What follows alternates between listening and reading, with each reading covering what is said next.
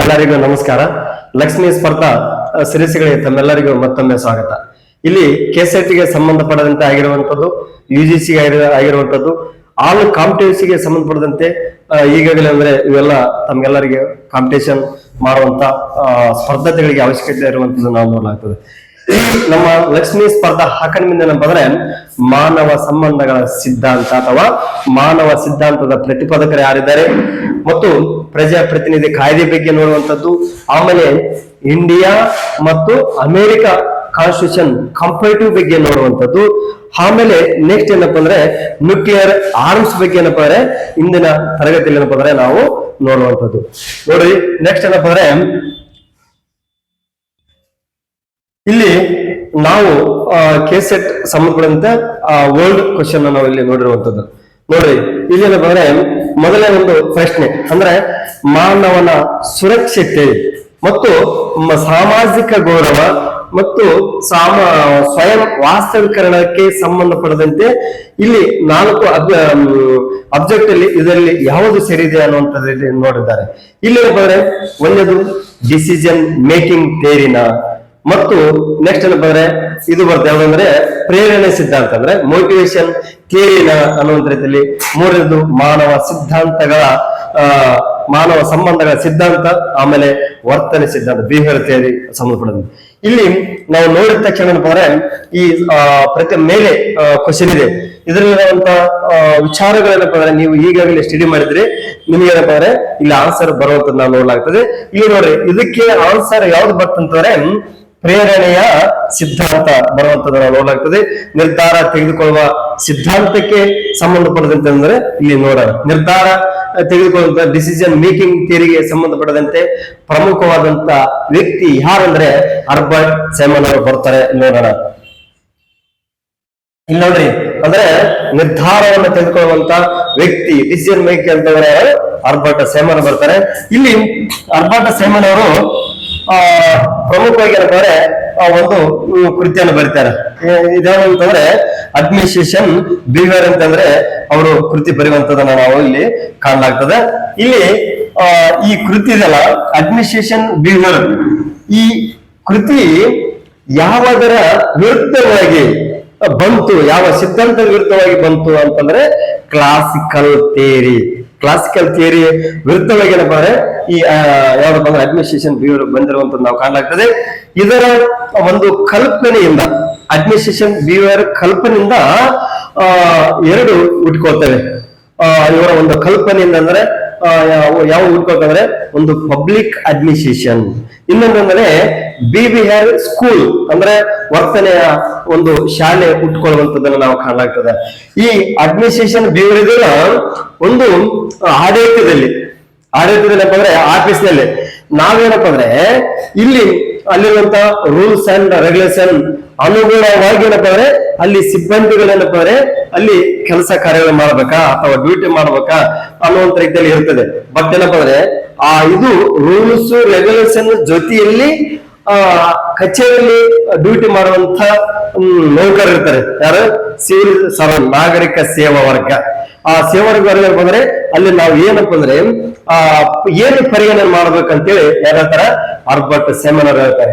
ಈ Albert Simon ಅವರು ಏನ್ ಹೇಳ್ತಾರೆ ಅಂತಂದ್ರೆ ಅಲ್ಲಿ ಮಾನವನ ವರ್ತನೆ ಆಗಿರುವಂತದ್ದು, ಭಾವನೆ ಆಗಿರುವಂತದ್ದು, ಅಲ್ಲಿರುವಂತದ್ದು ಅಂದ್ರೆ ಕಮ್ಯುನಿಕೇಶನ್ ಆಗಿರುವಂತದ್ದು, ಇವೆಲ್ಲವನ್ನು ಏನಂದ್ರೆ ಪರಿಗಣನೆಯನ್ನು ತೆಗೆದುಕೊಳ್ಬೇಕು ಅಂದಾಗ ಮಾತ್ರ ಒಂದು ಅಡ್ಮಿನಿಸ್ಟ್ರೇಷನ್, ಒಂದು ಕಚೇರಿ ಏನಪ್ಪಾ ಅಂದ್ರೆ ಎಫಿಷಿಯನ್ಸಿ ಆಗಿ, ಟ್ರಾನ್ಸ್ಪರೆನ್ಸಿ ಆಗಿ ಅಂದ್ರೆ ಪಾರದರ್ಶಕತೆ ಹೋಗ್ತದ ಅನ್ನುವಂತ ರೀತಿಯಲ್ಲಿ ನಾವು ಕಾಣಲಾಗ್ತದೆ.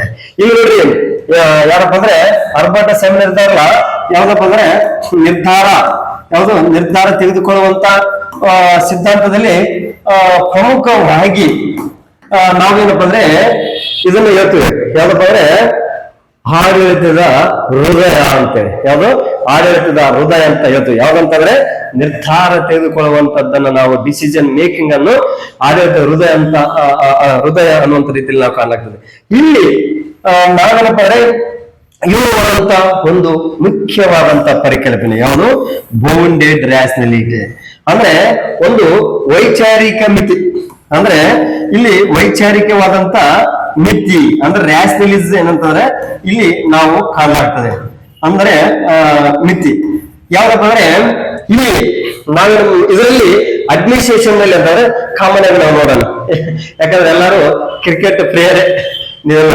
ಯಾಕಂದ್ರೆ ಇದು ಈ ಕ್ರಿಕೆಟ್ ಆಡುವ ಮುನ್ನ ಅಂದ್ರೆ ಪ್ಲೇಯರ್ಸ್ ಇದ್ರಲ್ಲ ಅಲ್ಲಿ ಆಟ ಆಡಕ್ಕೆ ಬಿಡಲ್ಲ. ಯಾಕಂದ್ರೆ ಅಲ್ಲಿ ಅಂತಂದ್ರೆ ಆಟಕ್ಕಿಂತ ರೂಲ್ಸ್ ಗಳು ಹೆಚ್ಚಿರುವಂತದ್ದು.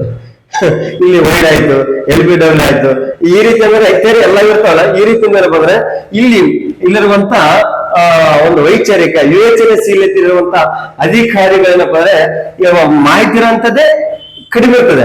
ಆದ್ರೆ ಏನಪ್ಪ ಅಂದ್ರೆ ಅವ್ರು ಏನ್ ಮಾಡ್ತಾರೆ, ಇಲ್ಲಿ ಆಡಳಿತದಲ್ಲಿ ಅಂದ್ರೆ ನಿರ್ಧಾರಗಳನ್ನು ತೀರ್ಪುಗಳನ್ನು ತೆಗೆದುಕೊಳ್ಳುವಂಥದ್ದನ್ನ ನಾವು ಇಲ್ಲಿ ಕಾಣ್ತಾ. ಅಂದ್ರೆ ಬೌಂಡೆಡ್ ಅಂತಂದ್ರೆ ಬೌಂಡ್ರಿ ಒಂದು ಮಿತಿ, ಕ್ರಿಕೆಟ್ ಗ್ರೌಂಡ್ ಇರ್ತಲ್ಲ, ಅಡ್ಮಿನಿಸ್ಟ್ರೇಷನ್ ಇರುವಂತ ಒಂದು ಮಿತಿಯಲ್ಲಿ ಏನಪ್ಪ ಅಂದ್ರೆ ಅವರು ವಿವೇಚನೆಯನ್ನು ತೆಗೆದುಕೊಳ್ತಾರೆ. ಅಂದ್ರೆ ಅಲ್ಲಿ ಪರಿಪೂರ್ಣವಾದಂತ ನಾಲೆಜ್ ಇರಲ್ಲ ಅನ್ನೋ ರೀತಿಯಲ್ಲಿ ನಾವು ಕಾಣ್ತೇವೆ. ಬೌಂಡೆಡ್ ರ್ಯಾಷನಲಿಟಿ ಅಂತ ನಿಮ್ಗೆ UGC ಕೇಸೆಟ್ ಎಲ್ಲ ಕಂಡ್ರೆ ಆಲ್ಬರ್ಟ್ ಸೈಮನ್ ಅಂತ ರೈಟ್ ಆಗಿದೆ. ಇದು ಇಂಪಾರ್ಟೆಂಟ್ ಇರುವಂತದ್ದು.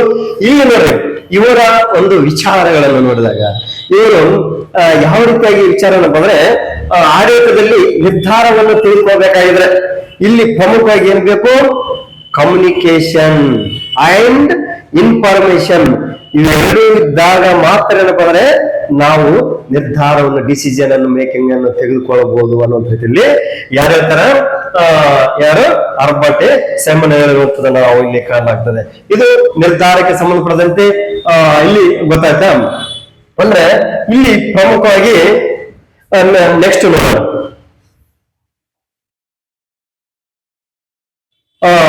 ಅಂದ್ರೆ ಮೊದಲು ನಿರ್ಧಾರ ತೆಗೆದುಕೊಳ್ಳುವಂತ ಸಂಬಂಧಪಟ್ಟಂತೆ ಆಪ್ಷನ್ಸ್ ಬರಲ್ಲ.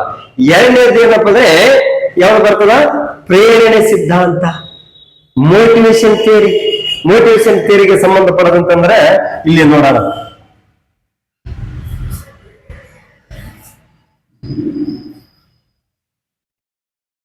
ಇಲ್ಲಿ ಪ್ರಮುಖವಾಗಿ ಇದು ಯಾರ ಒಂದು ಪಿರಮಿಡ್ ಅಂದ್ರೆ ಅಗತ್ಯ ಶ್ರೇಣಿಗಳ ನೀಡ್ಸ್ ಇರುವಂತದ್ದು ಯಾರಪ್ಪ ಅಂದ್ರೆ ಅಬ್ರಮ್ ಮಾಸ್ಲೋ ಇರುವಂತ ಒಂದು ಪಿರಮಿಡ್. ಇದು ಯಾರಿಗೆ ಸಂಬಂಧಪಡ್ತದೆ ಅಂದ್ರೆ ಅಬ್ರಮ್ ಮಾಸ್ಲೋ.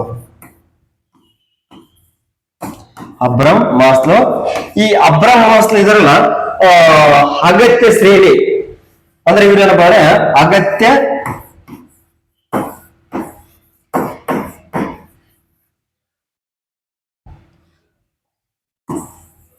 ಅಗತ್ಯ ಶ್ರೇಣಿ ಅಂದ್ರೆ ಒಬ್ಬ ವ್ಯಕ್ತಿ ಅಂದ್ರೆ ಬೇಸಿಕ್ ನೀಡ್ಸ್ ನಿಂದ ಹಿಡಿದು ಎಲ್ಲಿಗೇನಪ್ಪ ಅಂದ್ರೆ ಆತ್ಮ ಸಾಕ್ಷಾತ್ಕಾರವರೆಗೆ ಸ್ವಯಂ ವಾಸ್ತವಿಕ ಏನಪ್ಪ ಅಂದ್ರೆ ಅವನು ಟೋಟಲಿ ಎಷ್ಟು ಹಂತಗಳನ್ನು ಅಬ್ರಮ್ ಮಾಸ್ಲೋ ಹೇಳಿದಾರಪ್ಪ ಅಂದ್ರೆ ಎಷ್ಟು 5 ಹಂತಗಳು ಅಂದ್ರೆ 5 ಸ್ಟೇಜ್ ಬಗ್ಗೆ ಹೇಳಿರುವಂತದ್ದು ನಾವು ಕಾಣಲಾಗ್ತದೆ. ಇಲ್ಲಿ ನೋಡ್ರಿ ಈ ಅಬ್ರಮ್ ಮಾಸ್ಲೋ ಇದಾರಲ್ಲ ಇವರು ಯಾವ ಚಿಂತಕ ಅಂದ್ರೆ ಯಾವ ಪಂಥದ ಪ್ರಮುಖ ಪ್ರತಿಪಾದಕರು ಅಂತಂದ್ರೆ ಇವ್ರ ಮಾನವ ಸಿದ್ಧಾಂತ. ಯಾವುದು ಮಾನವ ಸಿದ್ಧಾಂತದ ಪ್ರತಿಪಾದಕರು.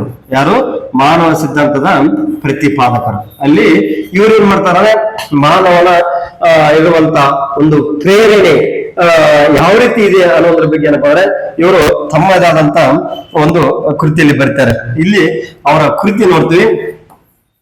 ಅವರ ಕೃತಿ ಏನಪ್ಪಾ ಅಂದ್ರೆ A theory of women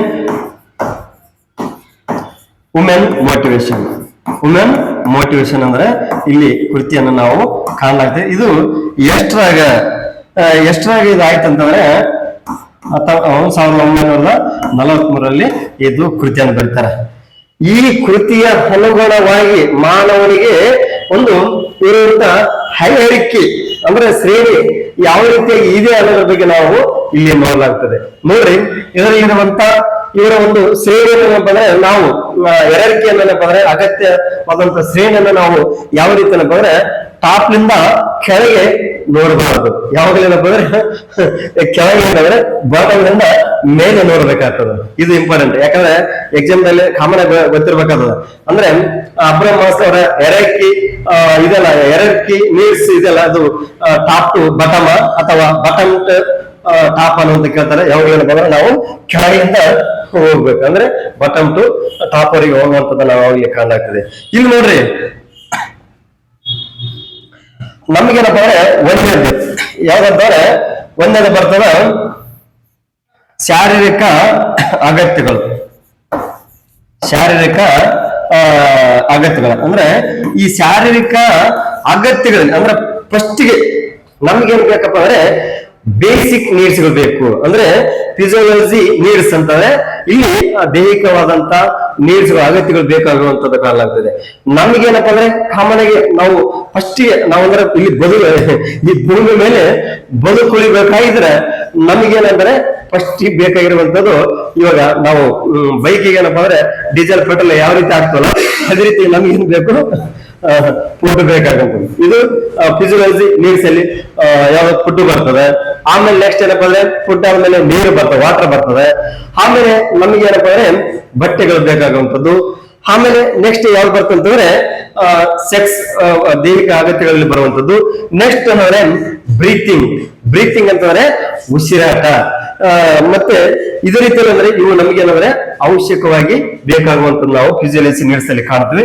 next ಇದೆಲ್ಲ ಬೇಸಿಕ್ ನೀಡ್ಸ್ ಅಲ್ಲಿ ನಮ್ಗೆ ಇವೆಲ್ಲ ಫುಲ್ಫಿಲ್ ಆದ್ಮೇಲೆ ರೈಟಾ, ಫುಲ್ಫಿಲ್ ಆದ್ಮೇಲೆ ನೆಕ್ಸ್ಟ್ ಸ್ಟೇಜ್ ಇದು ಫಸ್ಟ್ನೇ ಸ್ಟೇಜ್ ಇದೆ ರೈಟಾ. ಇದು ಫಸ್ಟ್ನೇ ಸ್ಟೇಜ್. ಸೆಕೆಂಡ್ ಸ್ಟೇಜ್ಗೆ ಹೋಗ್ತು, ಇದು ಎರಡನೇ ಸ್ಟೇಜ್. ಇಲ್ಲಿ ನಮ್ಗೆ ಏನಂದ್ರೆ ಇವೆಲ್ಲ ಫುಲ್ಫಿಲ್ ಆಯ್ತು, ಆಹಾರ ಸಿಕ್ತು, ಬಟ್ಟೆ ಸಿಕ್ತು, ನೀರು ಸಿಕ್ತು, ಸೆಕ್ಸುವಲ್ ಆಗಿ ಸಿಕ್ತು. ಮತ್ತೇನಂದ್ರೆ ಎಲ್ಲಾ ರೀತಿಯಲ್ಲಿ ನಮಗೆ ಅದೇನಪ್ಪ ನಾವು ಪಡೆದುಕೊಂಡ ಮೇಲೆ ನೆಕ್ಸ್ಟ್ ಏನಂದ್ರೆ ನಮ್ಗೆ ಏನ್ ಬೇಕಾಗ್ತದೆ ಅಂತಂದ್ರೆ ಸೇಫ್ಟಿ ಅಂದ್ರೆ ಭದ್ರತೆ. ನೋಡ್ರಿ ಯಾವ್ದು ಬೇಕು, ಭದ್ರತೆಯ ಅಗತ್ಯತೆ. ನೋಡ್ರಿ ನಾವು ಭದ್ರತೆ ಅಗತ್ಯ ಅಂತಂದ್ರೆ ಈಗಾಗಲೇ ನಾವು ಇದು ಯಾವ್ದಂದ್ರೆ ನೇಚರ್ ಅಂದ್ರೆ ಮಾನವನ ಸ್ವಭಾವ ನಿಸರ್ಗಕ್ಕೆ ನಾವು ಹೋದಂತ ಸಂದರ್ಭದಲ್ಲಿ ಬಂದ್ರೆ ಸಾಪ್ಸ್ ಆಗಿರ್ಬೋದು, ಲಾಕ್ಸ್ ಆಗಿರ್ಬೋದು, ಮತ್ತೇನಂದ್ರೆ ರೂಸ್ ಅಲ್ಲಿರುವಂತ ನೈಸರ್ಗಿಕ ಸ್ಥಿತಿಯಲ್ಲಿ ಮಾನವನಪ್ಪ ಅಂದ್ರೆ ಅಲ್ಲಿ ಯಾರಪ್ಪ ಅಂದ್ರೆ ಅವರ ಒಂದು ವಿಚಾರಗಳನ್ನ ನೋಡ್ಬೇಕಾದ್ರೆ ನಾವು ಚಾರ್ಲ್ಸ್ ಡಾರ್ವಿನ್ ಅವರ ಯಾವುದು ನೇಚರ್ ಸೆಲೆಕ್ಟ್ ನಿಸರ್ಗದ ಆಯ್ಕೆ. ಆಮೇಲೆ ಅಂದ್ರೆ ಈ theory of evolution Charles Darwin ಅಂದ್ರೆ ಅಲ್ಲಿ ಮಾನವ ವಿಕಾಸ ಯಾವ ರೀತಿ ಆಯ್ತು ಅಲ್ಲಿ ಅಂದ್ರೆ ಅಲ್ಲಿ ನಿಸರ್ಗದಲ್ಲಿ ಏನ್ ಮಾಡ್ತಾನೆ ಅಂದ್ರೆ ಫಸ್ಟ್ ಏನಂದ್ರೆ ಆಹಾರವನ್ನು ಎಲ್ಲ ಪಡ್ಕೊಂತಾರೆ. ಆಮೇಲೆ ತನ್ನ ಭದ್ರತೆಗಾಗಿ ಅಲ್ಲಿರುವಂತಹ ಕಾಡಿನಲ್ಲಿ ಅಥವಾ ಅರಣ್ಯದಲ್ಲಿ ತನ್ನ ಭದ್ರತೆಗೆ ಏನ್ ಮಾಡ್ತಾನೆ ಅಂತಂದ್ರೆ ಏನ್ ಮಾಡಿಕೊಳ್ತಾರೆ ಅಂದ್ರೆ ಹುಲಿಗಳಿರುವಂತದ್ದು, ಸಿಂಹಗಳಿರುವಂತದ್ದು. ಇಲ್ಲಿ ಮಾನವ ವಿಕಾಸ ಆದಂತಹ ಸಂದರ್ಭ ಅಂತಾರೆ ತಾವು ಯಾವ ರೀತಿಯಾಗಿ ಭದ್ರತೆ ಮಾಡ್ಕೊಂತಾನ ಅನ್ನೋ ರೀತಿಯಲ್ಲಿ ನಾವು ಕಾಣಲಾಗ್ತದೆ. ಫಸ್ಟ್ ಗೆ ಏನ್ ಮಾಡ್ತಾನೆ ಅಂದ್ರೆ ತನ್ನ ಜೀವನವನ್ನು ಅಂದ್ರೆ ತನ್ನ ಜೀವನ ಏನಪ್ಪ ಅಂದ್ರೆ ಪರಿಪೂರ್ಣವಾಗಿ ಸೆಕ್ಯೂರಿಟಿ ಮಾಡ್ಕೋಬೇಕಾದ್ರೆ ನೀವು ನೋಡ್ರಿ ಈಗಾಗಲೇ ಸ್ಟೂಡೆಂಟ್ಸ್ ಲೈಫ್ ಇದ್ರಿ, ಮತ್ತೆ ಏನಂದ್ರೆ ಸ್ಟೂಡೆಂಟ್ಸ್ ಲೈಫ್ ಆದ್ಮೇಲೆ ಅಂದ್ರೆ ನೀವೆಲ್ಲ ಕಾಂಪಿಟೇಷನ್ ಇದ್ರೆ ನಿಮ್ಗೆ ಏನಪ್ಪ ನಿಮ್ಗೆ ಭದ್ರತೆ ಮೇನ್ ನಾವು ಎಕನಾಮಿಕಲ್ ಆಗಿ ನೋಡಿದಾಗ ನಿಮ್ಗೆ ಏನ್ ಬೇಕಾಗ್ತದೆ ಎಂಪ್ಲಾಯ್ ಅಂದ್ರೆ ನಿಮ್ಗೆ ಎಂಪ್ಲಾಯ್ ಆಗ್ಬೇಕಂದ್ರೆ ಉದ್ಯೋಗವನ್ನು ಪಡಿಬೇಕು. ಉದ್ಯೋಗ ಪಡೆದಲ್ಲಿ ಏನಪ್ಪಾ ಅಂದ್ರೆ ನಿಮ್ಮ ಜೀವನ ಏನಪ್ಪಾ ಅಂದ್ರೆ ಉತ್ತಮ ರೀತಿಯಲ್ಲಿ ಅಂದ್ರೆ ಇಲ್ಲಿ ಮುಂದುವರಿಸಿಕೊಂಡು ಹೋಗ್ಲಿಕ್ಕೆ ಹೆಲ್ಪ್ ಆಗುವಂತ ಕಾರಣ ಆಗ್ತದೆ. ಅದೇ ರೀತಿ ಇಲ್ಲಿ ಸೆಕ್ಯೂರಿಟಿ ಏನಪ್ಪಾ ಅಂದ್ರೆ ಫ್ಯಾಮಿಲಿ ಬೇಕು. ಯಾಕಂದ್ರೆ ಫ್ಯಾಮಿಲಿ ಏನಪ್ಪಾ ಅಂದ್ರೆ ಸೆಕ್ಯೂರಿಟಿಯಲ್ಲಿ ಏನಂದ್ರೆ ಪ್ರಮುಖವಾಗಿ ಇಲ್ಲಿ ಬೇಕಾಗುವಂತದ್ದು ನಾವು ಕಾಣಲಾಗ್ತದೆ. ಅದೇ ರೀತಿ ಏನಂದ್ರೆ ಇಲ್ಲಿ ಹೆಲ್ತ್ ಆರೋಗ್ಯ ಏನಪ್ಪಾ ಅಂದ್ರೆ ಇಲ್ಲಿ ಆರೋಗ್ಯ ಏನಪ್ಪಾ ಅಂದ್ರೆ ಇದರಲ್ಲಿ ಸೆಕ್ಯೂರಿಟಿ ನೀಡ್ಸ್ ಅಲ್ಲಿ ಬರುವಂತದ್ದು ನಾವು ಕಾಣಲಾಗ್ತದೆ. ಮತ್ತೆ ಮೊರಾಲಿಟಿ ನೈತಿಕತೆ ಇಲ್ಲಿ ಬರುವಂತದ್ದು ನಾವು ಇಲ್ಲಿ ಇದು ಎರಡನೇ ಸ್ಟೇಜ್ ಆಯ್ತಾ. ನೆಕ್ಸ್ಟ್ ಯಾವ್ದಪ್ಪ ಅಂದ್ರೆ ಮೂರನೇ ಸ್ಟೇಜ್ ನಲ್ಲಿ ಯಾವ್ದಪ್ಪ ಅಂದ್ರೆ ಪ್ರೀತಿ ಅಂದ್ರೆ ಪ್ರೀತಿ ಸೇರುವಿಕೆಯ ಯಾವ್ದಂದ್ರೆ ಪ್ರೀತಿ ಸೇರುವಿಕೆ ಇದು ಅಗತ್ಯತೆ. ಅಂದ್ರೆ ಇಲ್ಲಿ ಸಂಬಂಧ ಆನಂದ ಬೇಕು. ಇದು ಎಷ್ಟನೇದಪ್ಪ ಅಂದ್ರೆ ಮೂರನೇದು ಬರುತ್ತದೆ. ಯಾಕಂದ್ರೆ ಇದರಲ್ಲಿ ನಾವೇನಪ್ಪ ಅಂದ್ರೆ ಫಸ್ಟ್ ಬೇಸಿಕ್ ನೀಡ್ಸ್ ಫುಲ್ಫಿಲ್ ಆಮೇಲೆ ಸೆಕ್ಯೂರಿಟಿ ಸಿಕ್ತು. ಆಮೇಲೆ ಅಂದ್ರೆ ನಮಗೆ ಸಮಾಜದಲ್ಲಿ ಅಂದ್ರೆ ನಾವಂದ್ರೆ ಒಂದು ಪ್ರೀತಿಯಿಂದ ಇರ್ಬೇಕಂದ್ರೆ ನಾವೇನಪ್ಪ ಒಬ್ಬಂಟಿಯಾಗಿ ಇಲ್ಲಿ ಸಮಾಜದಲ್ಲಿ ಇರಲಿಕ್ಕೆ ಆಗ್ತದ ಆಗಲ್ಲ. ನಮ್ಗೇನಪ್ಪ ಅಂದ್ರೆ ಸ್ನೇಹ ಬೇಕಾಗ್ತದೆ.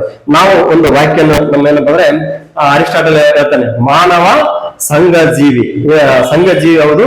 ಮತ್ತೇನಪ್ಪ ಅಂದ್ರೆ ಅವನು ಇಲ್ಲಿ ಸಂಘ ಜೀವಿ ಇದನ್ನಲ್ಲ ಅವನೇನಪ್ಪ ಅಂದ್ರೆ ಸಮಾಜ ಬಿಟ್ಟು ಬದುಕಿದ್ರೆ ಅವನೇನಪ್ಪ ಅಂದ್ರೆ ಏನಾದ್ರು ದೇವರಾಗಿರ್ಬೇಕು ಇಲ್ಲ ದೆವ್ವ ಆಗಿರ್ಬೇಕು ಅನ್ನೋದ್ ರೀತಿ ಕಾಣ. ಒಟ್ಟೇನಪ್ಪ ಅಂದ್ರೆ ಮಾನವ ಅಂದ್ರೆ ಸಮಾಜ ಬಿಟ್ಟು ಬದುಕಲಾರ ಅನ್ನೋದ್ ರೀತಿಯಲ್ಲಿ ಕಾಣಲಾಗ್ತದೆ. ಅದ್ರ ಜೊತೆಗೆ ಈ ಸಂಬಂಧ ಏನಪ್ಪ ಅಂದ್ರೆ ಜನರ ಜೊತೆ ಏನಪ್ಪ ಅಂದ್ರೆ ನಾವು ಉತ್ತಮವಾಗಿ ಇರಬೇಕಂದ್ರೆ ಯಾರಪ್ಪ ಅಂದ್ರೆ ಮ್ಯಾಕ್ಸ್ ವೆಬರ್ ಅಂದ್ರೆ ಈ ಸಮಾಜ ಏನಪ್ಪ ಅಂದ್ರೆ ಮಾನವನಿಗೆ ಯಾವ ರೀತಿ ಹತ್ತಿರಿದೆ ಅಂತಂದ್ರೆ ಸಾಮಾಜಿಕ ಸಂಬಂಧಗಳ ಬಲಿ ಅನ್ನುವಂತ ರೀತಿಯಲ್ಲಿ ಕಾಣಲಾಗ್ತದೆ. ಇನ್ನೊಬ್ಬ ವ್ಯಕ್ತಿ ಆದಂತ ಮೇಕೆವರ್ ಹೇಳ್ತಾನೆ ಇದು ಸಾಮಾಜಿಕ ಸಂಬಂಧಗಳ ಸಮ ಅಂದ್ರೆ ಒಟ್ಟು ನಮಗೆ ಈ ಸಮಾಜದಲ್ಲಿ ಬದುಕಿ ಬಾಳ್ಬೇಕಾದ ಈ ಸಮಾಜವನ್ನು ಬಿಟ್ಟು ಬದುಕ ಆಗಲ್ಲ ಅನ್ನೋದ್ ರೀತಿಯಲ್ಲಿ ನಾವು ಇಲ್ಲಿ ಕಾಣಲಾಗ್ತದೆ. ಇದೇನಪ್ಪ ಅಂದ್ರೆ ಸಮಾಜದಲ್ಲಿ ಒಬ್ಬ ಅಂದ್ರೆ ತನ್ನ ವಿಚಾರಗಳನ್ನು ಪ್ರಿನ್ಸಿಪಲ್ ಶೇರ್ ಮಾಡಕ್ಕೆ ಆಗುವಂತದ್ದು ನಾವು ಕಾಣಲಾಗ್ತದೆ. ಅದೇ ರೀತಿ ಇದ್ರ ಜೊತೆಗೆ ಪ್ರಮುಖವಾಗಿ ಅಂದ್ರೆ ಇಲ್ಲಿ ಫ್ಯಾಮಿಲಿ ಬೇಕಾಗುವಂತದ್ದನ್ನ ನಾವು ಕಾಣಲಾಗ್ತದೆ. ನೆಕ್ಸ್ಟ್ ಇದರಲ್ಲಿ ಅಂದ್ರೆ ಒಂದು ಫ್ಯಾಮಿಲಿ ಇರ್ಬೇಕಂತಂದ್ರೆ ನಾವೇನಪ್ಪ ಅಂದ್ರೆ ಇಲ್ಲಿ ನೀವು ಮ್ಯಾರೇಜ್ ಆಗುವಂತದ್ದು ಕಾಣ್ತೀವಿ. ಇದರ ಮೂಲಕ ಏನಪ್ಪ ಅಂದ್ರೆ ಒಂದು ಉತ್ತಮವಾದ ರೀತಿಯಲ್ಲಿ ಸಮಾಜದಲ್ಲಿಕ್ಕೆ ಸಾಧ್ಯ ಆಗುವಂತದ್ದು ಕಾಣಲಾಗ್ತದೆ. ನೆಕ್ಸ್ಟ್ ಇದು ಯಾವ್ದು ಬರ್ತಂತಂದ್ರೆ ಮೂರಿಂದೇನಪ್ಪ ಅಂದ್ರೆ ಸೆಲ್ಫ್ ಎಸ್ಟೀಮ್ ಅಂದ್ರೆ ಸ್ವಗೌರವ. ಇದೇನಪ್ಪ ಅಂದ್ರೆ ಸ್ವಯಂ ಗೌರವ ಬರ್ತದೆ. ಈ ಸ್ವಯಂ ಗೌರವ ಅಂದ್ರೆ ಇಲ್ಲಿ ಫ್ಯಾಮಿಲಿ ಅನ್ನೋದ್ರ ಒಂದು ಕುಟುಂಬದಲ್ಲಿ ನಾವು ಕಟ್ಟಿಕೊಂಡಿರ್ತೀವಿ. ಇಡೀ ಸಮಾಜದಲ್ಲಿ ಅಂತ ನಮ್ಗೆ ಏನ್ ಬೇಕಾಗ್ತದ ಗೌರವ ಬೇಕಾಗುವಂತದ್ದು ನಾವು ಕಾಣಲಾಗ್ತದೆ. ಈ ಗೌರವದ ಮೂಲಕ ಏನಂದ್ರೆ ನಾವು ಒಂದು ವ್ಯಕ್ತಿತ್ವವನ್ನು ಬೆಳವಣಿಗೆ ಮಾಡ್ಲಿಕ್ಕೆ ಹೆಲ್ಪ್ ಆಗುವಂತದ್ದು ನಾವು ಕಾಣಲಾಗ್ತದೆ. ಈ ರೀತಿಯಿಂದ ಇಡೀ ಸಮಾಜದಲ್ಲಿ ಏನಂದ್ರೆ ನಾವು ಅಚೀವ್ಮೆಂಟ್ ಸಾಧನೆ ಮಾಡ್ಲಿಕ್ಕೆ ಹೆಲ್ಪ್ ಆಗುವಂತದ್ದು ನಾವು ಇಲ್ಲಿ ಕಾಣಲಾಗ್ತದೆ. ನೆಕ್ಸ್ಟ್ ಕೊನೆ ಅಂತ ಯಾವ್ದಪ್ಪ ಅಂದ್ರೆ ಇದು ಯಾವ್ದಪ್ಪ ಅಂದ್ರೆ 4ನೇದು ಅಂತ ಆಯ್ತು. ಇದು ಸ್ವಯಂ 4 ಯಾವ್ದಪ್ಪ ಅಂದ್ರೆ ಸ್ವಯಂ ಸಾಕ್ಷಾತ್ಕಾರ. ಯಾವುದು ಸ್ವಯಂ ಸಾಕ್ಷಾತ್ಕಾರ ಇದೆಯಲ್ಲ, ಇದು ಈ ಸ್ಟೇಜ್ ಅನ್ನು ಕೊನೆ ಅಂತ ಮುಟ್ಟಲಿಕ್ಕೆ ಪ್ರಮುಖ ಅಂದ್ರೆ ಎಲ್ಲರಿಂದ ಸಾಧ್ಯ ಅಲ್ಲ, ಅಂದ್ರೆ ಕೆಲವರಲ್ಲಿ ಮಾತ್ರ ನಾವು ಕಾಣ್ತೀವಿ. ಯಾಕಂದ್ರೆ ಅವರು ತಮ್ಮ ಜೀವನದಲ್ಲಿರುವಂತಹ ನೋವು ಅನುಭವಿಸಿರ್ತಾರೆ, ಇಡೀ ಸಮಾಜದ ಬಗ್ಗೆ ಕಾಳಜಿ ವಹಿಸಿದ್ರೆ ಸೋಷಿಯಲ್ ಆಕ್ಟಿವಿಟಿಯಲ್ಲಿ ಕೆಲಸ ಮಾಡಿರ್ತಾರೆ. ಆ ವ್ಯಕ್ತಿಗಳು ಇದ್ರಾಗ ಯಾರು ಬರ್ತಾರಪ್ಪ ಅಂದ್ರೆ ಇವರು ಬರ್ತಾರೆ. ಯಾರಂದ್ರೆ ಮಹಾತ್ಮ ಗಾಂಧೀಜಿ ಬರ್ತಾರೆ. ಆಮೇಲೆ ನೆಲ್ಸನ್ ಮಂಡೇಲಾ ಬರ್ತಾನೆ. ಯಾರು ನೆಲ್ಸನ್ ಮಂಡೇಲಾ ಬರ್ತಾರೆ. ಆಮೇಲೆ ನೆಕ್ಸ್ಟ್ ಏನಪ್ಪ ಅಂದ್ರೆ ಇವರು ಮದರ್ ತೆರೇಸಾ ಬರ್ತಾರೆ. ಇವರೆಲ್ಲ ಏನಪ್ಪ ಅಂದ್ರೆ ಸೆಲ್ಫ್ ಆಕ್ಚುಲಿಟಿಗೆ ಸಂಬಂಧಪಟ್ಟಂತೆ ಇವರು ತಮ್ಮದಾದಂತ ರೀತಿ ಅಂದ್ರೆ ಇವ್ರೇನ್ ಮಾಡ್ತಾರೆ, ತಮ್ಮ ಜೀವನಕ್ಕಿಂತ ಇಡೀ ಸಮಾಜದ ಪ್ರತಿಯೊಬ್ಬ ಜೀವನ ಬಗ್ಗೆ ಏನಪ್ಪ ಅಂದ್ರೆ ಹೆಚ್ಚಿನ ಕಾಳಜಿ ವಹಿಸಿ ಏನಪ್ಪ ಅಂದ್ರೆ ಇವರು ಒಂದ್ ರೀತಿ ಏನಪ್ಪ ಅಂದ್ರೆ ಮುಕ್ತಿಯನ್ನು ಅಂತಾರಂತಲ್ಲ ಇಡೀ ಇರುವಂತದ್ದು ನಾವು ಇಲ್ಲಿ ಕಾಣಲಾಗ್ತದೆ. ನೆಕ್ಸ್ಟ್ ಮುಂದುವರೆದಾಗಿ ನಾವು ಇಲ್ಲಿ ಮಾನವ ಸಂಬಂಧಗಳ ಪ್ರತಿಪಾದಕರು. ಮಾನವ ಸಂಬಂಧಗಳಿರುವಂತ ಪ್ರತಿಪಾದಕರು ಯಾರ್ಯಾರು ಬರ್ತಾರ ಅನ್ನೋ ರೀತಿಯಲ್ಲಿ ನಾವು ಇಲ್ಲಿ ನೋಡಲಾಗ್ತದೆ. ನೋಡ್ರಿ, ಮಾನವ ಸಂಬಂಧಕ್ಕೆ ಸಂಬಂಧಪಟ್ಟಂತೆ ಇಲ್ಲಿ ಪ್ರಮುಖವಾಗಿ ಯಾರು ಬರ್ತಾರ ಅನ್ನೋದ್ರ ಬಗ್ಗೆ ನಮಗೆ ಇಲ್ಲಿ ಬರ್ತಾರೆ. ಮಾನವ ಸಂಬಂಧಗಳ ಈಗಾಗಲೇ ನೋಡ್ರಿ, ಫೆಮಿನಿಸಂ ಅಂದ್ರೆ ಸ್ತ್ರೀವಾದ ಪ್ರತಿಪಾದಕ ಬಗ್ಗೆ ಆಗಿರ್ಬೋದು, ವರ್ತವಾದ ಪ್ರತಿಪಾದಕರಾಗಿರುವಂತದ್ದು, ವಾಸ್ತವಾದ ಪ್ರತಿಪಾದಕರಾಗಿರುವಂತದ್ದು. ಈ ಪ್ರತಿಪಾದಕರ ಜೊತೆಯಲ್ಲಿ ಮತ್ತೊಬ್ಬರು ಯಾರಂದ್ರೆ ಮಾನವ ಸಂಬಂಧ ಸಿದ್ಧಾಂತ ಅಂದ್ರೆ ವುಮೆನ್ ರಿಲೇಷನ್ ಥಿಯರಿ. ಯಾರು ಪ್ರಿಪೇರ್ಡ್ ಅಂದ್ರೆ ಪ್ರತಿಪಾದಕರ ಬಗ್ಗೆ ನೋಡಲಾಗ್ತದೆ. ಇಲ್ಲಿ ನೋಡ್ರಿ ಯಾರಪ್ಪ ಅಂದ್ರೆ ಇವ್ರು ಬರ್ತಾರೆ. ಯಾರು? Elton Mayo. ಅಂದ್ರೆ ಅಂದ್ರೆ ಮಾನವ ಸಂಬಂಧಗಳ ಸಿದ್ಧಾಂತದ ಚಳುವಳಿಯನ್ನು ಏನ್ ಮಾಡ್ತಾರೆ, ಇವರು ಮುಂದುವರಿಸ್ತಾರೆ. ಇವರು ಯಾವ್ದಪ್ಪ ಅಂದ್ರೆ ಒಂದು ಕೃತಿ ಇದೆ. ಈ ಕೃತಿ ಏನಪ್ಪ ಅಂದ್ರೆ ಈ the women problem on industrial civilisation ಅಂದ್ರೆ 1933 ಬರ್ತಾರೆ.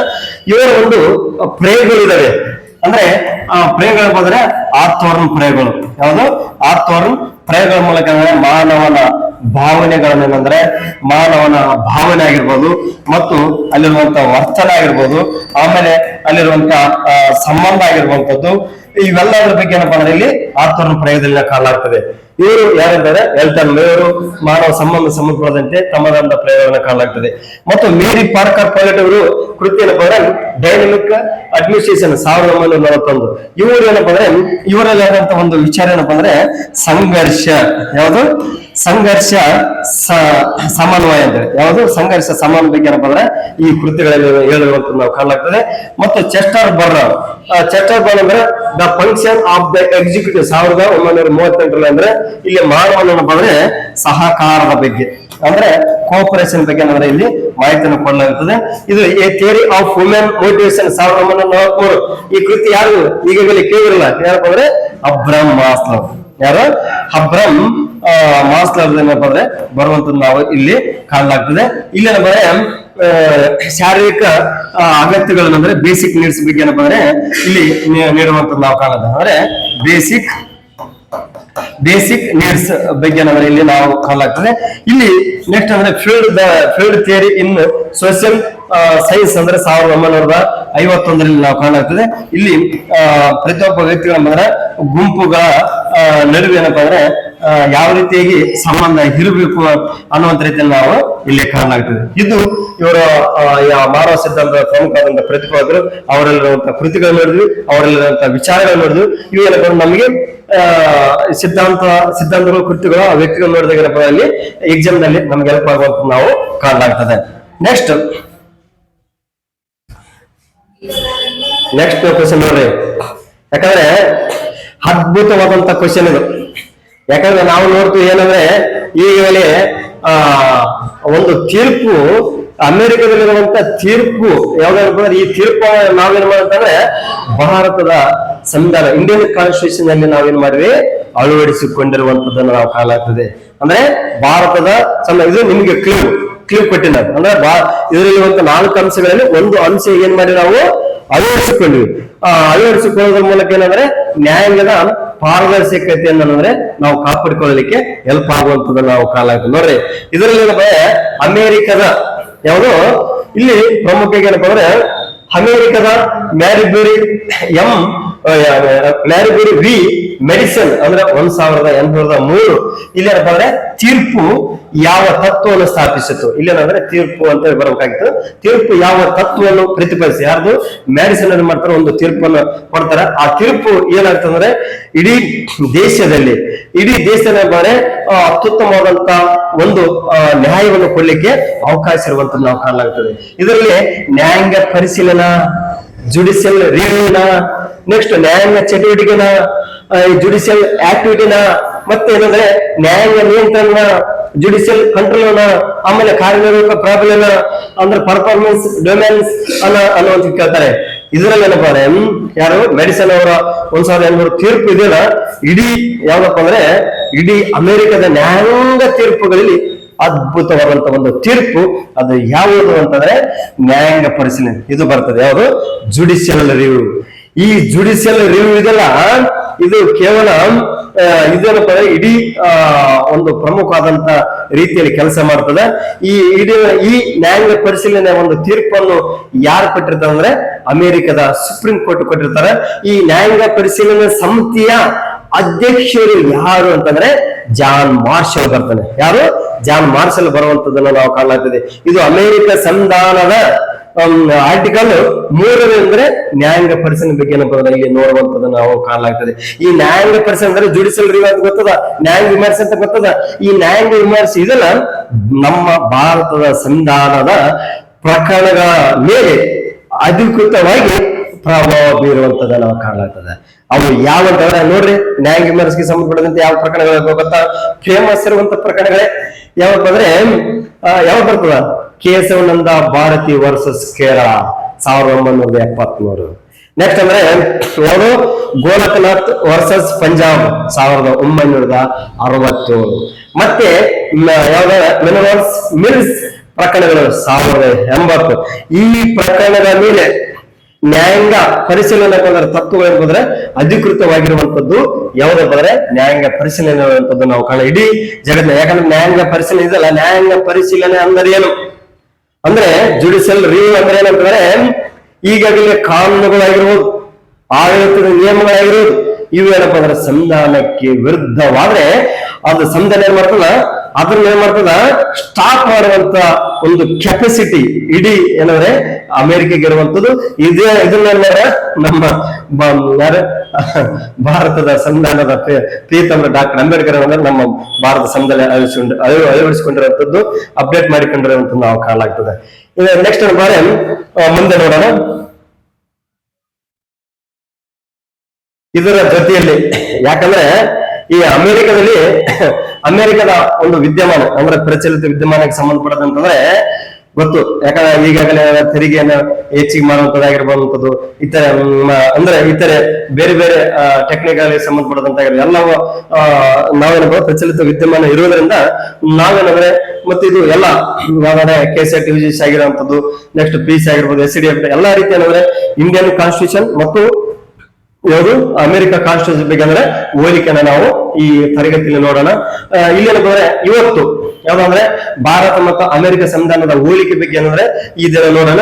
ನೆಕ್ಸ್ಟ್ ನೀವು ವಿಡಿಯೋಲಿ ಭಾರತ ಅಮೆರಿಕ ಸಂವಿಧಾನದ ಯಾರು ಭಾರತದ ರಾಷ್ಟ್ರಪತಿ ಮತ್ತು ಅಮೆರಿಕದ ಯಾವ್ದಪ್ಪ ಅಂದ್ರೆ ಅಧ್ಯಕ್ಷರ ಬಗ್ಗೆ ನೆಕ್ಸ್ಟ್ ಯೂಟ್ಯೂಬ್ ಅಲ್ಲಿ ಏನಂದ್ರೆ ನಾವು ವೇಟಿಂಗ್ ಮಾಡ್ಬೇಕಾಗ್ತದೆ. ಇವತ್ತು ನೋಡ್ರಿ ಭಾರತ ಮತ್ತು ಅಮೆರಿಕ ಸಂವಿಧಾನದ ಇರುವಂತ ಪ್ರಮುಖವಾಗಿ ಅಂಶಗಳ ಬಗ್ಗೆ ಇಲ್ಲಿ ನಾವು ನೋಡೋಣ.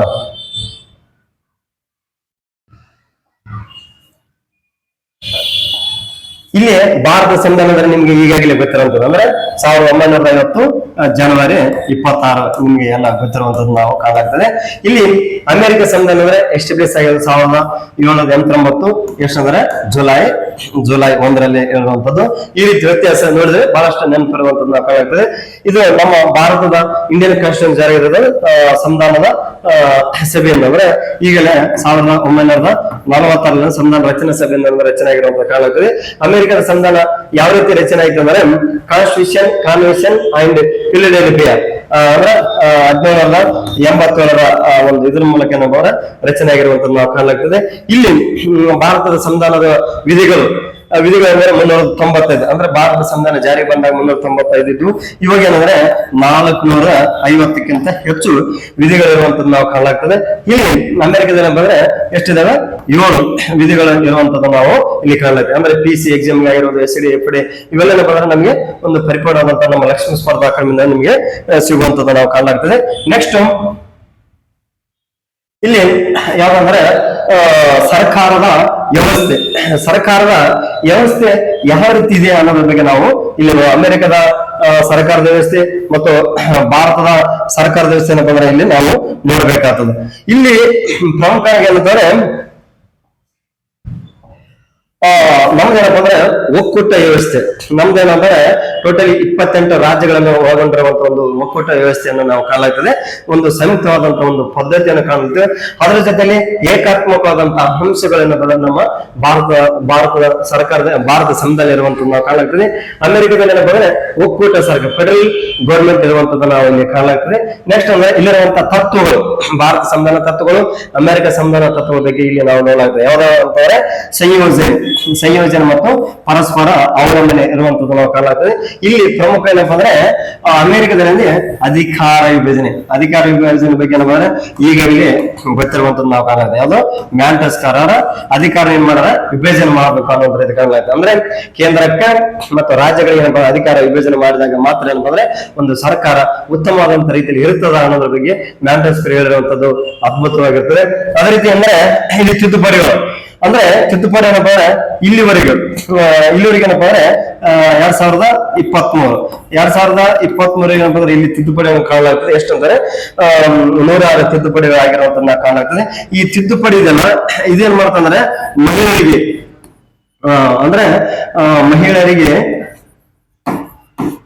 ಮಹಿಳೆಯರಿಗೆ ಏನ್ ಮಾಡ್ತಂತಂದ್ರೆ ಮೀಸಲಾತಿಯನ್ನು ಕೊಡ್ತದೆ. ಯಾವುದು ಮೀಸಲಾತಿಯನ್ನು ಕೊಡುತ್ತದೆ. ಎಲ್ಲಿಪ್ಪ ಅಂದ್ರೆ ಈಗಾಗಲೇ ಕೇಂದ್ರ ಶಾಸಕಾಂಗ ಆಗಿರುವಂತದ್ದು ಮತ್ತು ಇದು ಎಲ್ಲಾ ರಾಜ್ಯಗಳ ವಿಧಾನಸಭೆಗಳ ಇವರಿಗೆ ಮೀಸಲಾತಿಗೆ ಸಂಬಂಧಪಟ್ಟಂತೆ ಕಾಣಲಾಗ್ತದೆ. ಆಮೇಲೆ 105ನೇ ತಿದ್ದುಪಡಿ ಇದು 2021ರಲ್ಲಿ ನಾವು ಕಾಣಲಾಗ್ತದೆ. ಇದೇನಪ್ಪ ಅಂದ್ರೆ ಹಿಂದುಳಿದ ವರ್ಗಗಳಿಗೆ ಸಂಬಂಧಪಟ್ಟಂತೆ ನಾವು ಕಾಣಲಾಗ್ತದೆ. ಹಿಂದುಳಿದ ವರ್ಗಗಳಂದ್ರೆ ಇಲ್ಲಿ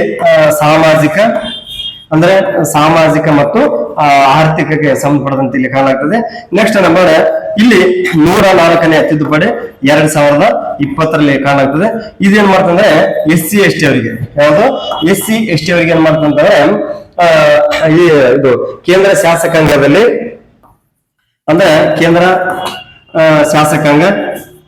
ಅಂದ್ರೆ ಈಗಾಗಲೇ ಕೇಂದ್ರ ಶಾಸಕಾಂಗ ಆಗಿರುವಂತದ್ದು ರಾಜ್ಯ ಶಾಸಕಾಂಗ ಅಂದ್ರೆ ಇಲ್ಲಿ ಲೋಕಸಭೆ ಆಗಿರುವಂತದ್ದು ಮತ್ತು ರಾಜ್ಯಸಭೆ ಮತ್ತು ಎಲ್ಲಾ ರಾಜ್ಯಗಳ ವಿಧಾನಸಭೆಗಳಾಗಿರುವಂತದ್ದು. ಇಲ್ಲಿ ಮತ್ತೆ ವಿಧಾನ ಪರಿಷತ್ಗಳನ್ನ ಬಂದ್ರೆ ಇವರಿಗೆ 10 ವರ್ಷಗಳಿಗೆ ಏನಪ್ಪ ಅಂದ್ರೆ ಮೀಸಲಾತಿ ಕೊಟ್ಟರ. ಏನ್ ಮಾಡ್ಯಾರ ಮೀಸಲಾತಿಯನ್ನು ಇಲ್ಲಿ ಕೊಟ್ಟಿರುವಂತದ್ದು ನಾವು ಕಾಣ. ಮೀಸಲಾತಿ ಅಂದ್ರೆ 2030 ಯಾವ್ದಪ್ಪ ಅಂದ್ರೆ ಜನವರಿ 25 ಏನಪ್ಪ ಅಂದ್ರೆ ಇಲ್ಲಿ ಅವಕಾಶ ಕೊಟ್ಟಿರೋದು ಕಾಣಲಾಗ್ತದೆ. ಮೊದಲು ಅಂದ್ರೆ ಲೋಕಸಭೆಯಲ್ಲಿ SC ಅವರು ಎಷ್ಟು ಎಂಪಿಗಳಿದ್ರು ಅನ್ನೋದ್ರ ಬಗ್ಗೆ ನೋಡಲಾಗ್ತದೆ. ಇಲ್ಲಿ ST ನೋಡೋಣ.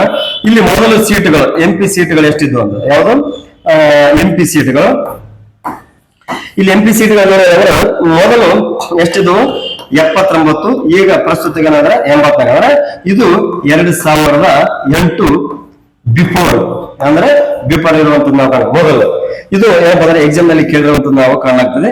ಮತ್ತೆ ಎಷ್ಟೇ ಅವರಿಗೆ ಇಲ್ಲಿ ಏನಪ್ಪ ಅಂದ್ರೆ 41, ಈಗ 47 ಇರುವಂತದ್ದು ನಾವು ಕಾಣ. MP ಗಳು ಇದರ ಬಗ್ಗೆ ಮಾಹಿತಿಯನ್ನು ಗೊತ್ತಾಗಬೇಕಾದ್ರೆ ಇನ್ನೊಂದು ಭಾರತದ ಸಂವಿಧಾನದಲ್ಲಿರುವಂತ ಒಂದು ಇಡೀ ಒಂದು ಪರಮಾಧಿಕಾರ ಉಳ್ಳಂತ ಒಂದು ಸಂವಿಧಾನ ಇದೆ. ಇಲ್ಲಿ ಏನಂತಂದ್ರೆ ನಮ್ಮ ಸಂವಿಧಾನವು ತನ್ನದಾದಂತ ರೀತಿಯಲ್ಲಿ ಪರಮಾಧಿಕಾರವನ್ನು ಹೊಂದಿರುತ್ತೆ. ಎಲ್ಲ ರೀತಿಯ ಅಧಿಕಾರಗಳನ್ನು ಸಂವಿಧಾನ ಮೂಲಕ ಇಲ್ಲಿ ಎಲ್ಲ ಸರ್ಕಾರಗಳನ್ನು ಉಪಯೋಗ ಮಾಡುವಂತ ಕಾಣುತ್ತೆ. ಇಲ್ಲಿ ಅಮೆರಿಕದಲ್ಲಿ ಅಂತ ಅತ್ಯುನ್ನತವಾದಂತ ಕಾನೂನು ಯಾವ್ದಂದ್ರೆ ಕಾನ್ಸ್ಟಿಟ್ಯೂಷನಲ್ ಇಟ್ ಸೆಲ್ಫ್ ಅನ್ನುವಂತ ರೀತಿಯಲ್ಲಿ ನಾವು ಇಲ್ಲಿ ಕಾಣಲಾಗ್ತದೆ. ನೆಕ್ಸ್ಟ್ ಇಲ್ಲಿ ಯಾವಪ್ಪ ಅಂದ್ರೆ ಹಕ್ಕುಗಳು, ಅಂದ್ರೆ ಹಕ್ಕುಗಳ ಬಗ್ಗೆ ನಾವು ಇಲ್ಲಿ ನೋಡಲಾಗ್ತದೆ.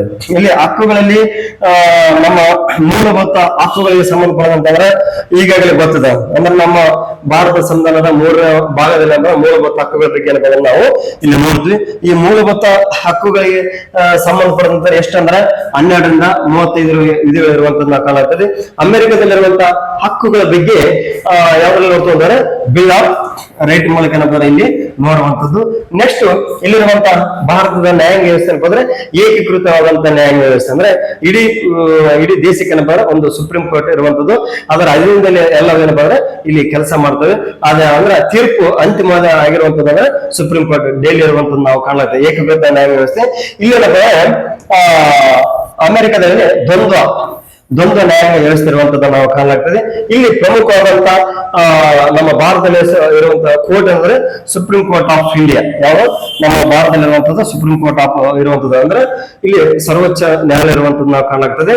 ಅದೇ ರೀತಿಯಾಗಿ ಇಲ್ಲಿ ಅಮೆರಿಕದಲ್ಲಿರುವಂತದ್ದು ಯಾವ್ದಪ್ಪ ಅಂದ್ರೆ supreme court of the United ಅನ್ನುವಂತ ರೀತಿಯಲ್ಲಿ ನಾವು ಇಲ್ಲಿ ಹೆಸರು ಬಳಕೆ ಮಾಡಲಾಗ್ತದೆ.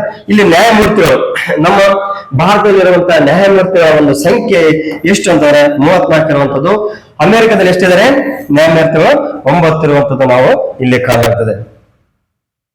ನೆಕ್ಸ್ಟ್ ಈ ಅಮೆರಿಕೆಗೆ ಸಂಬಂಧಪಟ್ಟಂತೆ ಇಲ್ಲಿ ಭಾರತದ ಮುಖ್ಯ ನ್ಯಾಯಮೂರ್ತಿಗಳನ್ನು ಭಾರತದ ಮುಖ್ಯ ನ್ಯಾಯಮೂರ್ತಿಗಳಂದ್ರೆ ಯಾರು ನೇಮಕ ಮಾಡ್ತಾರ ಅನ್ನೋದ್ರ ಬಗ್ಗೆ ಇಲ್ಲಿ ಕೇಳಿರುವಂತದ್ದು ನಾವು ನೋಡ್ತೀವಿ. ಇಲ್ಲಿ ನೋಡ್ರಿ ಭಾರತದ ನ್ಯಾಯಮೂರ್ತಿಗಳನ್ನ ಯಾರು ನೇಮಕ ಮಾಡ್ತಾರ ಅಂದ್ರೆ ರಾಷ್ಟ್ರಪತಿ ನೇಮಕ ಮಾಡುವಂತ ಕಾಣಲಾಗ್ತದೆ. ಅಲ್ಲಿ ಅಮೆರಿಕದಲ್ಲಿ ನ್ಯಾಯಮೂರ್ತಿಗಳನ್ನ ಯಾರು ಆಯ್ಕೆ ಮಾಡ್ತಾರೆ ಅಂದ್ರೆ ಅಧ್ಯಕ್ಷರು ಮತ್ತು ಸೆನೆಟ್ ನವರು ಏನಪ್ಪ ಅಂದ್ರೆ ಇಲ್ಲಿ ಅನುಮೋದನೆ ಹೊಂದಿಗೆ ಅಂದ್ರೆ ನೇಮಕ ಮಾಡುವಂತ ನಾವು ಇಲ್ಲಿ ಕಾಣಲಾಗ್ತದೆ. ಅದೇ ರೀತಿಯಲ್ಲಿ ಇಲ್ಲಿ ನ್ಯಾಯಮೂರ್ತಿಗಳು ಅಂದ್ರೆ ಅಧಿಕಾರ ಅವಧಿ ಎಷ್ಟಿದೆಪ್ಪ ಅಂದ್ರೆ 6 ವರ್ಷ ಅಥವಾ 60. ಅಂದ್ರೆ ಇದರಲ್ಲಿ ಯಾವುದು ಬರ್ತಾ ಅದು ಏನಂದ್ರೆ ಇಲ್ಲಿ ಪರಿಗಣನೆ ಮಾಡಲಾಗ್ತದೆ. ಇದೇ ಒಂದು ಏಜ್ ಏನಂತಂದ್ರೆ ಭಾರತದ ಮುಖ್ಯ ಚುನಾವಣಾ ಆಯುಕ್ತರಿಗೆ ಸಂಬಂಧಪಡ್ತದೆ. ಇದು ಅಂದ್ರೆ ಭಾರತದ ಸುಪ್ರೀಂ ಕೋರ್ಟ್ ನ್ಯಾಯಾಧೀಶ ಜಡ್ಜಿಗೆ ಸಂಬಂಧಪಡ್ತದೆ. ಭಾರತ ಚುನಾವಣಾ ಆಯೋಗದ ಮುಖ್ಯ ಆಯುಕ್ತರಿಗೆ ಬರುವಂತದ್ದು ನಾವು ಕಾಣುತ್ತೆ. ಇಲ್ಲಿ ಇವ್ರದ್ದು ಏನಪ್ಪ ಅಂದ್ರೆ ಇವರ ಹೌದು ಏನಪ್ಪ ಅಂದ್ರೆ ಜೀವಿತ ಏನಪ್ಪ ಅಂದ್ರೆ ಪಾಸ್ ಅವೇ ಸಾಯುವವರೆಗೆ ಏನಪ್ಪ ಅಂದ್ರೆ ಅವರು ಜಡ್ಜ್ ಆಗಿ ಏನಪ್ಪ ಅಂದ್ರೆ ಇಲ್ಲಿ ಇರುವಂತದ್ದು ನಾವು ಕಾಣಲಾಗ್ತದೆ. ಇಲ್ಲಿ ಮುಖ್ಯ ಲಕ್ಷಣ ಏನಂತಂದ್ರೆ ನ್ಯಾಯಾಂಗದ ಸ್ವತಂತ್ರ ಮತ್ತು ನ್ಯಾಯ ಪರಿಶೀಲನೆ. ಇಲ್ಲಿ ಏನಪ್ಪ ಅಂದ್ರೆ ಸ್ವತಂತ್ರ ಕಾರ್ಯಾಂಗ ಆಗಿರ್ಬೋದು, ಶಾಸಕಾಂಗ ಆಗಿರ್ಬೋದು ಮತ್ತು ನ್ಯಾಯಾಂಗ ಏನಪ್ಪ ಅಂದ್ರೆ ಸ್ವತಂತ್ರ ಆಗಿರ್ತದೆ. ಇಲ್ಲಿ ನ್ಯಾಯ ಪರಿಶೀಲನೆ ಅಂದ್ರೆ ನ್ಯಾಯಾಂಗ ವಿಮರ್ಶೆ ಇರುವಂತದ್ದು ನಾವು ಕಾಣಲಾಗ್ತದೆ. ಇಲ್ಲಿ ಜುಡಿಷಿಯಲ್ ಇದೆ ಅಂದ್ರೆ ನಾವು ನ್ಯಾಯಾಂಗ ಪರಿಶೀಲನೆ ಅಥವಾ ಜುಡಿಷಿಯಲ್ ರಿವ್ಯೂ ಏನಪ್ಪ ಅಂದ್ರೆ ಈಗಾಗಲೇ ಅಮೆರಿಕದಿಂದ ನಮ್ಮ ದೇಶಕ್ಕೆ ಕಾಪ್ ಮಾಡಿರುವಂತ ನಾವು ಇಲ್ಲಿ ಕಾಣಲಾಗ್ತದೆ. ನೆಕ್ಸ್ಟ್ ಏನಪ್ಪ ಅಂದ್ರೆ ಅಮೆರಿಕದ ಸಂವಿಧಾನ ಹೋಲಿಕೆಗೆ ಸಂಬಂಧಪಟ್ಟಂತೆ ಇಲ್ಲಿ ನೋಡುವಂತದ್ದು ನಾವು ಕಾಣಲಾಗ್ತದೆ. ಈಗಾಗಲೇ ಇದೆ ಅಂದ್ರೆ ರಿಪೀಟ್ ಆಗಿ ಇರುವಂತದ್ದು ನಾವು ಕಾಣಲಾಗ್ತದೆ. ಒಟ್ಟಿನಲ್ಲಿ ಈಗಾಗಲೇ ಮುಂದಿನ ಕ್ಲಾಸ್ ಅಲ್ಲಿ ಅಂದ್ರೆ ಭಾರತ ಮತ್ತು ಅಮೆರಿಕದ ಸಂವಿಧಾನ ಬಗ್ಗೆ ನೋಡಿದ್ವಿ. ನೆಕ್ಸ್ಟ್ ಏನಂದ್ರೆ ಭಾರತ ಮತ್ತು ಅಮೆರಿಕದಲ್ಲಿರುವಂತಹ ಭಾರತದ ರಾಷ್ಟ್ರಪತಿ ಮತ್ತೆ ಅಧ್ಯಕ್ಷರ ಬಗ್ಗೆ ಮುಂದಿನ ಕ್ಲಾಸ್ ಅಲ್ಲಿ ಏನಪ್ಪ ಅಂದ್ರೆ ನೋಡುವಂತದ್ದು ನಾವು ಕಾಣಲಾಗ್ತದೆ. ನೋಡಿ ಇಷ್ಟೆಲ್ಲ ನಿಮ್ಗೆ ಏನಪ್ಪ ಅಂದ್ರೆ ಕಡಿಮೆ ಸಮಯದಲ್ಲಿ ಏನಪ್ಪ ಅಂದ್ರೆ ನಾವೇನ್ ಮಾಡುವಂತಂದ್ರೆ ನಿಮಗೆ ಸರಳವಾದಂತ ರೀತಿಯಲ್ಲಿ ಅವಕಾಶ ಕೊಟ್ಟಿರುವಂತ ನಾವು ಕಾಣುತ್ತೆ. ಈಗಾಗಲೇ ನಮ್ಮ ವಿಡಿಯೋಗಳೇನಪ್ಪ ಅಂದ್ರೆ ನಿಮಗೆ ಇಷ್ಟ ಆಗಿದ್ರೆ ಮಾತ್ರ ಲೈಕ್, ಶೇರ್, ಸಬ್ಸ್ಕ್ರೈಬ್ ಮಾಡ್ರಿ ಅಂತ ಹೇಳುವಂತದ್ದು ನಾವು ಕಾಣಲಾಗ್ತದೆ. ನೆಕ್ಸ್ಟ್ ಮುಂದಿನ ಸ್ಲೈಡ್ ಅಲ್ಲಿ ನೋಡೋಣ. ಈ ಮುಂದಿನ ಸ್ಲೈಡ್ ಏನಂದ್ರೆ ಇಲ್ಲಿ ನೋಡ್ರಿ, ಇದು ಇಂಪಾರ್ಟೆಂಟ್ ಆಗಿರುವಂತದ್ದು ನಾವು ಕಾಣಲಾಗ್ತದೆ. ಯಾಕಂದ್ರೆ ಪ್ರಜಾಪ್ರತಿನಿಧಿ ಕಾಯ್ದೆ ಇದು ಏನಂದ್ರೆ ಇತ್ತೀಚೆಗೆ ಏನಂದ್ರೆ ಇಲ್ಲಿರುವಂತ MP ಗಳ MP ಆಗಿರುವಂತದ್ದು ಮತ್ತು ಶಾಸಕರಾಗಿರುವಂತದ್ದು ಈಗ ಅಂದ್ರೆ ರನ್ನಿಂಗ್ ಪೇಪರ್ ಸ್ಟೇಟ್ ಬರ್ತಾರೆ ಅಂದ್ರೆ ಅವರೆಲ್ಲ ಏನಪ್ಪ ಶಿಕ್ಷೆಗಳನ್ನ ಅನುಭವಿಸುವಂತದ್ದು ಕಾಣಲಾಗ್ತದೆ. ಅವೆಲ್ಲ ಒಟ್ಟಿನಲ್ಲಿ ಏನಪ್ಪ ಅಂದ್ರೆ ಪ್ರಜಾ ಪ್ರತಿನಿಧಿ ಕಾಯ್ದೆಗೆ ಅನುಗುಣವಾಗಿ ಬಂದ್ರೆ ಇಲ್ಲಿ ಅವರಿಗೆ ಶಿಕ್ಷೆ ಆಗುವಂತದ್ದು ನಾವು ಕಾಣಲಾಗ್ತದೆ. ಒಟ್ಟಿನಲ್ಲಿ ಅಂದ್ರೆ ಈ ಪ್ರಜಾ ಪ್ರತಿನಿಧಿ ಕಾಯ್ದೆ ಏನಪ್ಪ ಅಂದ್ರೆ ನಮ್ಮ ಪ್ರಜಾಪ್ರಭುತ್ವ ವ್ಯವಸ್ಥೆ ಬಂದ್ರೆ ಒಂದು ಉತ್ತಮವಾದಂತ ರೀತಿಯಲ್ಲಿ ಜನಸಾಮಾನ್ಯರಿಗೆ ಏನಪ್ಪ ಅಂದ್ರೆ ಅವಕಾಶ ಸಿಗುವಂತ ನಾವು ಕಾಣಲಾಗ್ತದೆ. ಇಲ್ಲಿ ನೋಡ್ರಿ ಪ್ರಜಾ ಪ್ರತಿನಿಧಿ ಕಾಯ್ದೆ 1951 ಯಾವ ಸಂವಿಧಾನದ ಕಲಮಡಿಯಲ್ಲಿ ರೂಪಿಸಲಾಯಿತು ಅನ್ನೋದ್ರ ಬಗ್ಗೆ ನೋಡ್ತಾರೆ. ಕಲಂ 324, ಕಲಂ 327 ಮತ್ತು ಕಲಂ 326, ಕಲಂ ಏನಪ್ಪ ಅಂದ್ರೆ 357 ಅನ್ನೋದ್ರ ಕಾಣಲಾಗ್ತದೆ. ಇದು ನೋಡಿದ ತಕ್ಷಣ ನಮಗೆ ಕನ್ಫ್ಯೂಸ್ ಆಗಿದೆ. ನಮ್ಗೆ ಗೊತ್ತಿರುವಂತದ್ದು ನಾವು ಏನ್ ಮಾಡ್ಬೇಕು, ಇದನ್ನ ಐಡೆಂಟಿಫೈ ಮಾಡ್ಬೇಕು. ಇನ್ನು ನೋಡ್ರಿ ಕಲಂ 324 ಭಾರತದ ಚುನಾವಣೆ ಅದು ಇಲ್ಲಿಂದ ಇಲ್ಲಿವರೆಗೆ 329, ರೈಟ್. ಆಮೇಲೆ ಕಲಂ 320 ಇದು ಸಾರ್ವತ್ರಿಕ ವಯಸ್ಕ ಮತದಾನ ಪದ್ಧತಿ. ಇದೇನಪ್ಪ ಅಂದ್ರೆ 18 ವರ್ಷ ತುಂಬಿದಂತ ಸ್ತ್ರೀ ಆಗಿರ್ಬೋದು ಮಹಿಳೆಯರಿಗೆ ಏನಂದ್ರೆ ಇಲ್ಲಿ ವೋಟ್ ಹಾಕುವಂತ ವ್ಯವಸ್ಥೆ ಇರ್ತದೆ. ಮೊದಲು ಈಗಾಗಲೇ ಗೊತ್ತಿರೋದು ಅಂದ್ರೆ ರಾಜ್ಯದ ಸರ್ಕಾರದಲ್ಲಿ ಏನಪ್ಪ ಅಂದ್ರೆ ವೋಟ್ ಹಾಕ್ಲಿಕ್ಕೆ 21 ಇತ್ತು, ಅದನ್ನ ಏನ್ ಮಾಡಿದ್ರೆ 18ಗೆ ಇಳಿಸಿರುವಂತದ್ದು ಕಾರಣ ಆಗ್ತದೆ. ಅದು ಅಮೆಂಡ್ಮೆಂಟ್ ಎಷ್ಟಪ್ಪ ಅಂದ್ರೆ 61 ಅಂತ ಈಗಾಗಲೇ ನಿಮ್ಗೆ ಗೊತ್ತಿರುವಂತದ್ದು. ನೆಕ್ಸ್ಟ್ ಅಂದ್ರೆ ಕಲಂ 350 ಅಂದ್ರೆ ರಾಷ್ಟ್ರೀಯ ತುರ್ತು ಪರಿಸ್ಥಿತಿ ಬಗ್ಗೆ ಹೇಳ್ತದೆ. ಓದುತ್ತದೆ ಆನ್ಸರ್ ಯಾವ್ದಂದ್ರೆ 327 ಅಂದ್ರೆ ಪ್ರಜಾಪ್ರತಿನಿಧಿ ಕಾಯ್ದೆ 1951 ಅಂದ್ರೆ ಈ ಕಾಲಂ ಅಡಿಯಲ್ಲಿ ರೂಪಿಸಲಾಯಿತು ಅನ್ನೊಂದು ರೀತಿಯಲ್ಲಿ ನಾವು ಇಲ್ಲಿ ಕಾಣಲಾಗ್ತದೆ. ನೆಕ್ಸ್ಟ್ ನೋಡೋಣ ಇಲ್ಲಿ ಪ್ರಜಾಪ್ರತಿನಿಧಿ ಕಾಯ್ದೆ ಬಗ್ಗೆ. ಯಾಕಂದ್ರೆ ಪ್ರಜಾಪ್ರತಿನಿಧಿ ಕಾಯ್ದೆ ಬಗ್ಗೆ ನಮಗೆ ಪ್ರಬಲವಾದಂತಹ ಮಾಹಿತಿ ಬೇಕಾಗ್ತದೆ. ಅದರಿಂದ ಅಲ್ಲಿರುವಂತಹ ಆರ್ಟಿಕಲ್ ಬಗ್ಗೆ ನೋಡಿದ್ವಿ. ಇಲ್ಲಿ ಏನಪ್ಪ ಅಂದ್ರೆ ನಾವು ಅದು ಅಲ್ಲಿರುವಂತಹ ಅಂಶಗಳೇನು, ಅದರ ಕಂಟೆಂಟ್ ಅನ್ನೋದ್ರ ಬಗ್ಗೆ ನೋಡೋದು. ಪ್ರಜಾಪ್ರತಿನಿಧಿ ಕಾಯ್ದೆ 1951 ಇದು ಏನಪ್ಪ ಅಂದ್ರೆ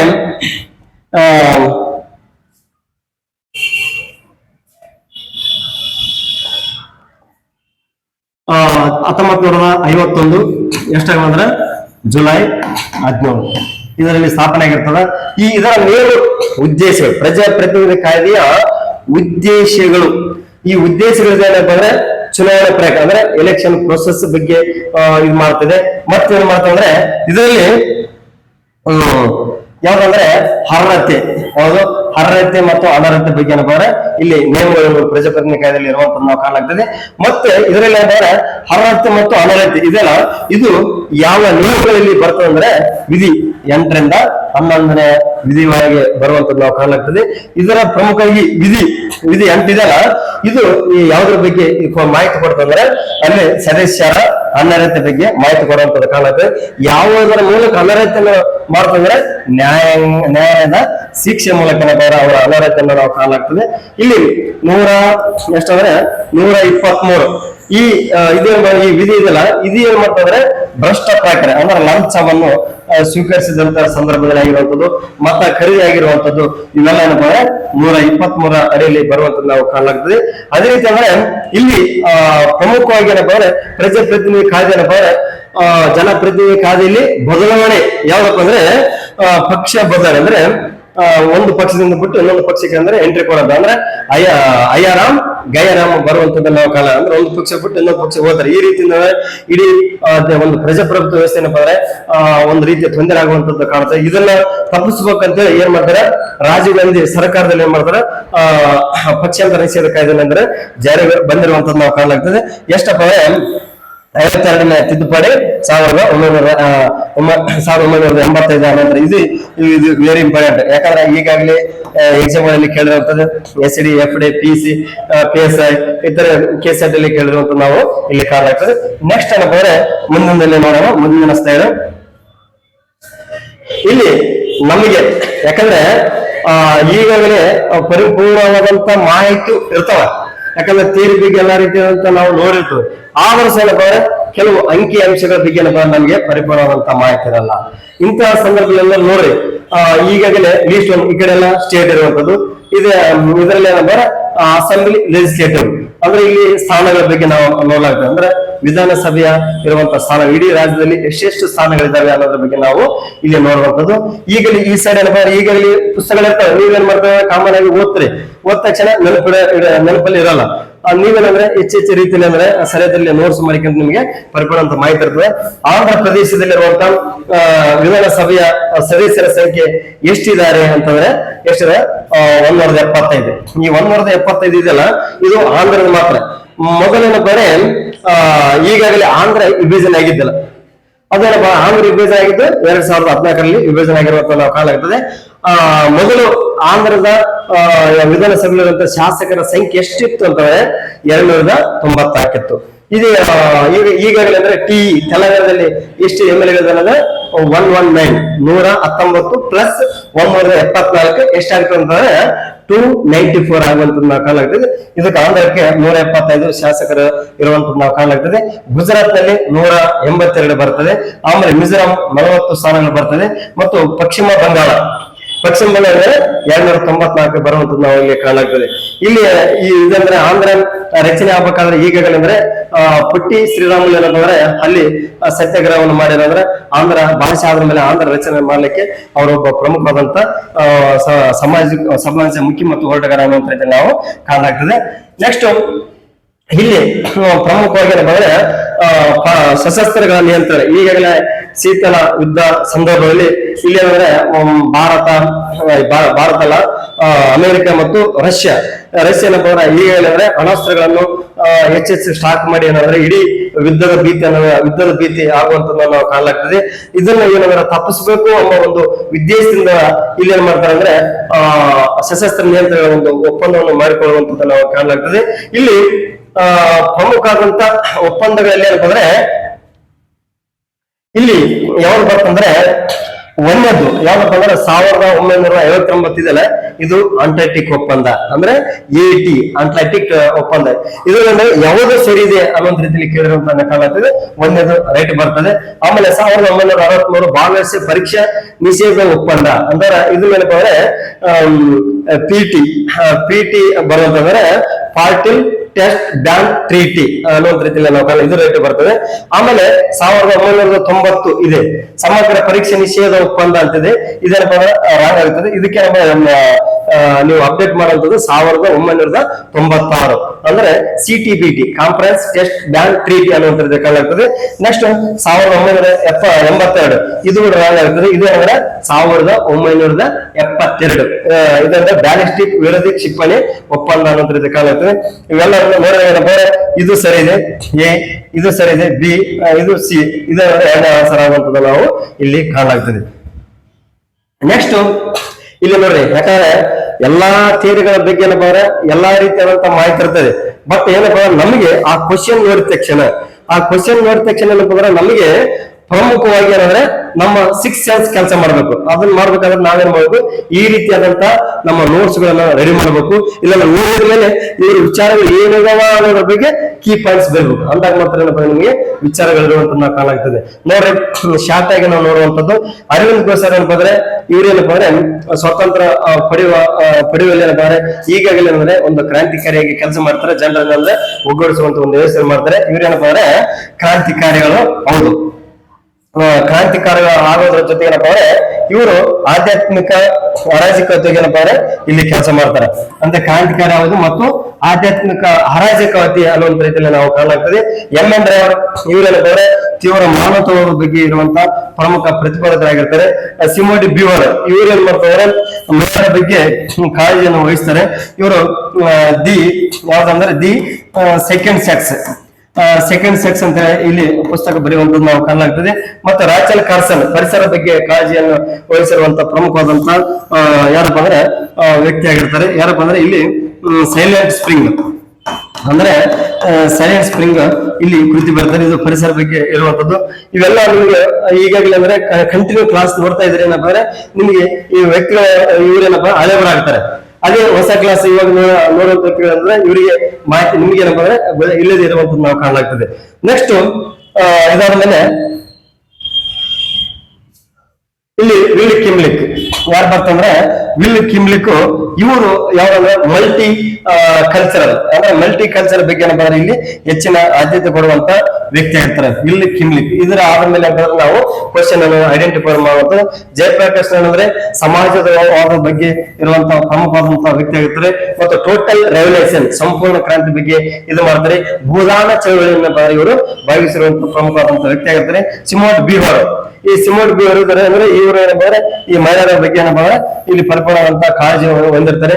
ಸಮಾಜದಲ್ಲಿ ಮಹಿಳೆಯರಿಗೆ ಸ್ಥಾನವನ್ನು ಕೊಡಬೇಕು ಅನ್ನುವಂತ ರೀತಿಯಲ್ಲಿ ಅಂದ್ರೆ ಸಿಮೋನ್ ಅವರು ಹೇಳ್ತಾರೆ. ಅಧಿಕಾರ ವಿಭಜನೆ ಬಗ್ಗೆ ಏನಪ್ಪ ಅಂದ್ರೆ ಇಲ್ಲಿ ಯಾರಂತ ಮ್ಯಾಂಡಸ್ ಅವರು ಹೇಳಿರುವಂತದ್ದು ನಾವು ಇಲ್ಲಿ ಕಾಣಲಾಗ್ತದೆ. ಇದು ಆದ್ರ ಮೇಲೆ ಏನಪ್ಪ ನೀವು ಎಕ್ಸಾಮ್ ನಲ್ಲಿ ಏನ್ ಮಾಡ್ಬೇಕಂದ್ರೆ ಇವು ಒಂದು ಕೀ ಪಾಯಿಂಟ್ಸ್ ಮೂಲಕ ನೀವೇನಾರ ಮಾಹಿತಿಯನ್ನು ಪಡ್ಕೊಳ್ಬೇಕು ಅನ್ನುವಂತ ರೀತಿಯಲ್ಲಿ ಕಾಣಲಾಗ್ತದೆ.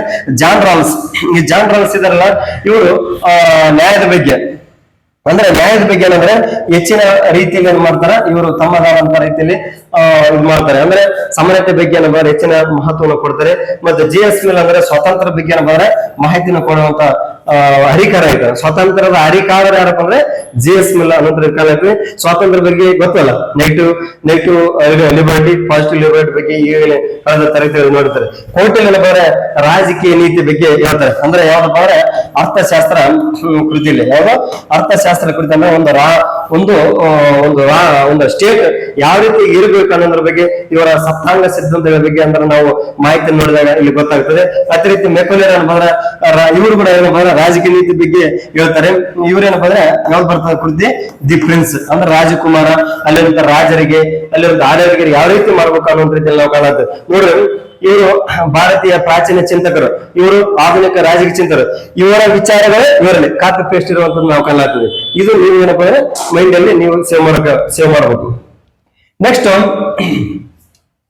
ಇಲ್ಲಿ ಹ್ಯಾನ್ಸ್ ಮಾಡ್ಕಂತವ್ರು ಏನಪ್ಪಾ ಅಂದ್ರೆ ಇದು ಶಕ್ತಿ ಸಮತೋಲ ಅಂದ್ರೆ ಅಂತಾರಾಷ್ಟ್ರೀಯ ಸಂಬಂಧದಲ್ಲಿ ಅಂದ್ರೆ ಪ್ರಮುಖವಾಗಿ ಪವರ್ ಬಗ್ಗೆ ಅಧಿಕಾರ ಬಗ್ಗೆ ಏನಪ್ಪ ಇಲ್ಲಿ ಮಾಹಿತಿಯನ್ನು ಕೊಟ್ಟಿರುವಂತ ವ್ಯಕ್ತಿ ಏನಪ್ಪ ಅಂದ್ರೆ ಹ್ಯಾನ್ಸ್ ಮರ್ಕ್ ಅಂತ ಅವ್ರು ಬರ್ತಾರೆ.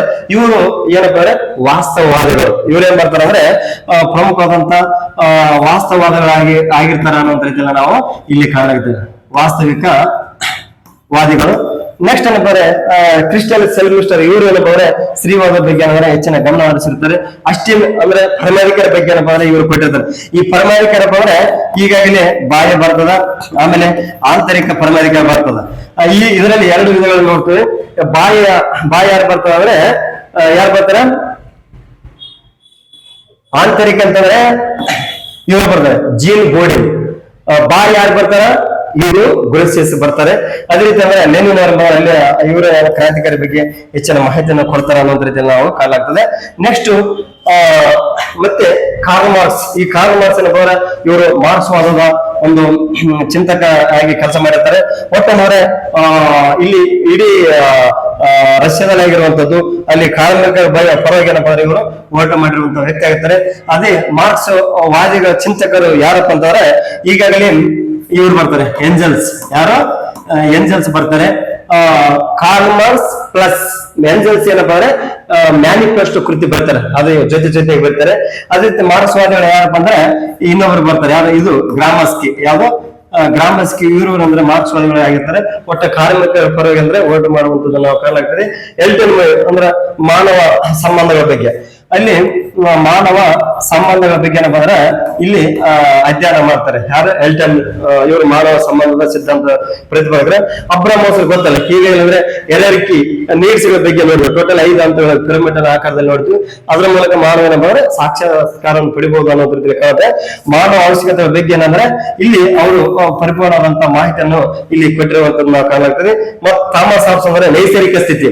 ಈ ನೈಸರ್ಗಿಕ ಸ್ಥಿತಿಯಲ್ಲಿ ಈಗಾಗಲೇ ಏನಪ್ಪ ಅಂದ್ರೆ ಟೋಟಲಿ ಇನ್ನು ಒಬ್ರು ಯಾರಪ್ಪ ಅಂದ್ರೆ ಜಾನ್ ಲಾಕ್ ಬರ್ತಾನೆ. ಆಮೇಲೆ ಅಂದ್ರೆ ರೋಸೋ ಬರ್ತಾರೆ. ಇವ್ರೇನಪ್ಪ ಅಂದ್ರೆ ಸಾಮಾಜಿಕ ಒಪ್ಪಂದದ ಸಿದ್ಧಾಂತಗಳು ಅನ್ನುವಂತ ರೀತಿ ಕಾಣುತ್ತೆ. ನೈಸರ್ಗಿಕ ಸ್ಥಿತಿ ಏನಪ್ಪ ಅಂದ್ರೆ ಇಲ್ಲಿ ಥಾಮಸ್ ಹಾಬ್ಸ್ ನೈಸರ್ಗಿಕ ಸ್ಥಿತಿ ಏನಪ್ಪ ಅಂದ್ರೆ ಮೋಸ, ವಂಚನೆ ಮತ್ತೆ ಅಲ್ಲಿರುವಂತ ಕಠೋರವಾದಂತ ಜನರು ಇರ್ತಾರೆ.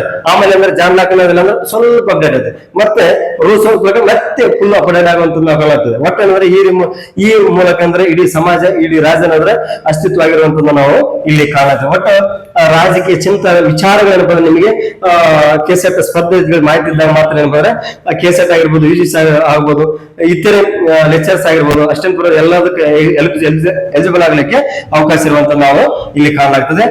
ನೆಕ್ಸ್ಟ್ ಇಲ್ಲಿ ನಮ್ಗೇನಪ್ಪ ಕೊನೆಯದಾಗಿ ಏನಪ್ಪ ಪ್ರಮುಖವಾಗಿರುವಂತ ಒಂದು ನಮ್ಮ ಲಕ್ಷ್ಮೀ ಸ್ಪರ್ಧೆಯಿಂದ ತಮ್ಮೆಲ್ಲರಿಗೂ ವಿಶೇಷವಾದಂತ ಇಂಪಾರ್ಟೆಂಟ್ ಇರುವಂತ ಮಾಹಿತಿಗಳನ್ನ ನಾವು ಕೊಡ್ತಾ ಇದ್ದೀವಿ. ಇಲ್ಲಿ ನೋಡ್ರಿ ಯಾವ್ದಪ್ಪ ಪ್ರಮುಖವಾದಂತ ಮೇಕ್ ಇನ್ ಇಂಡಿಯಾ ಆಗಿರುವಂತದ್ದು, ಡಿಜಿಟಲ್ ಇಂಡಿಯಾ ಆಗಿರುವಂತದ್ದು ಇದಲ್ಲ. ಇವು ಏನಪ್ಪಾ ಈ ಯೋಜನೆಗಳು ಯಾವುದರ ಮೇಲೆ ಯಾವ ನೀತಿಗೆ ಸಹಕಾರಿ ಆಗ್ಯಾವ ಅನ್ನೋದ್ರ ಬಗ್ಗೆ ಕೇಳಿರುವಂತ ನಾವು ಅಂದ್ರೆ ಮೇಕ್ ಇನ್ ಇಂಡಿಯಾ ಮತ್ತು ಡಿಜಿಟಲ್ ಯೋಜನೆಗಳೇನಪ್ಪ ಯಾವ ನೀತಿಗೆ ಇದಾಗ್ಯಾವ, ಯಾವ ಅಂದ್ರೆ ವಿದೇಶಾಂಗ ನೀತಿಗೆ ಸಹಾಯವಾಗಿವಪ್ಪ ಅಂದ್ರೆ ವಿದೇಶಾಂಗ ಹೂಡಿಕೆಗಾಗಿರುವಂತದ್ದು ಮತ್ತು ತಂತ್ರಜ್ಞಾನ ಸಹಕಾರಿಕೆ ಇಲ್ಲಿ ಪ್ರಮುಖವಾಗಿರ್ತದೆ. ಮತ್ತೆ ಪ್ರತಿಯೊಂದು ಒಂದು ವಾಕ್ಯ ಹೇಳ್ತಾರೆ, ಯಾರಪ್ಪ ಅಂದ್ರೆ ಬಾಂಗ್ಲಾದೇಶ ಹೇಳ್ತಾನೆ, ಸರ್ಕಾರವೇ ಇಲ್ಲದ ರಾಜ್ಯ ಅವ್ಯವಸ್ಥೆ ಮತ್ತು ಅರಾಜಕತೆಯಿಂದ ನಶಿಸುತ್ತದೆ ಅಂತ ಯಾರು ಹೇಳ್ತಾರೆ ಬ್ಲಡ್ ಲೆಸ್ ಹೇಳ್ತಾರೆ.